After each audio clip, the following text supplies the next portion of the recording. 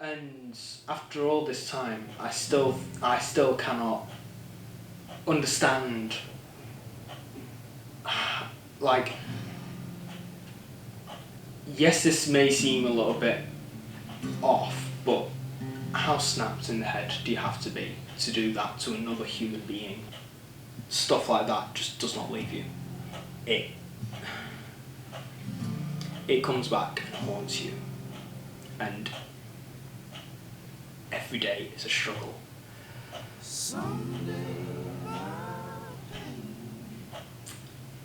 4 or 5 hours must have seemed like an eternity.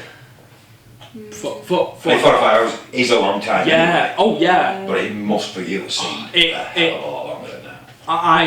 I genuinely thought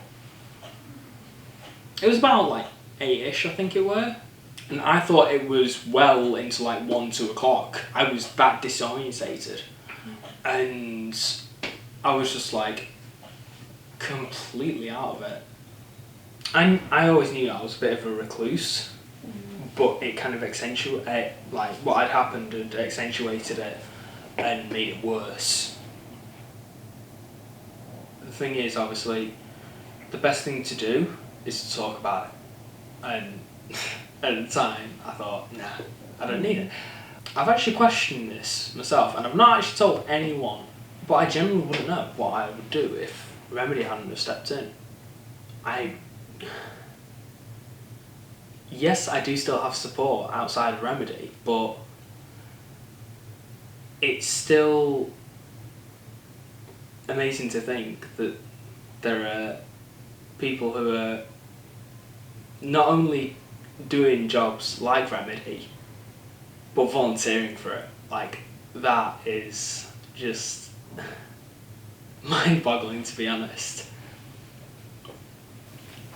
My name is Emma and I work as a mentor in the criminal justice system with young people aged 16 to 24. What I agreed with Tom was, because he had quite a lot of people supporting around the actual offences, I worked with him more on his future and what he wanted and moving him forward. So the main things that we did, I did quite a few home visits. We went out, like, just walked through the park, sometimes walking and talking, talked about what kind of things he'd like to do, and he identified he, is really passionate about IT and computers and everything that I don't understand.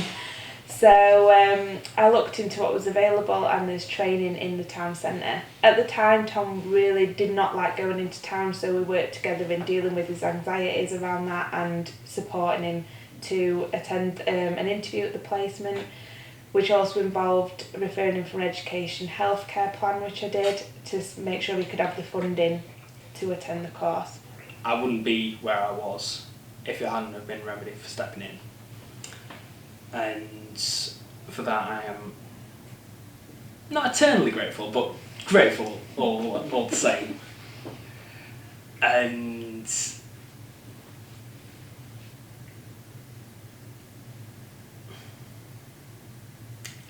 that's pretty much like summary of everything. Okay. To put it in perspective, I worked with Tom it's around a year after the offence took place, and I've worked with him for about 8 months, and in that 8 months he has come on so much with his confidence. He's out of the house a lot more now, he's in more of a routine, he attends groups and things that before he probably didn't have the confidence to, and just he's so proud. I'm so proud of everything that he's done, and he's just made such progress, and it really makes me love my job even more. If there is one thing that I do want to say, regardless of what's happened either to you or to a friend of yours or a family member, is that it's not your fault. And you just need to keep saying that to yourself every time you wake up, every time things go a little bit worse for wear, and every time you fall asleep. And only then will you find some sort of closure for what you are dealing with. This my excavation to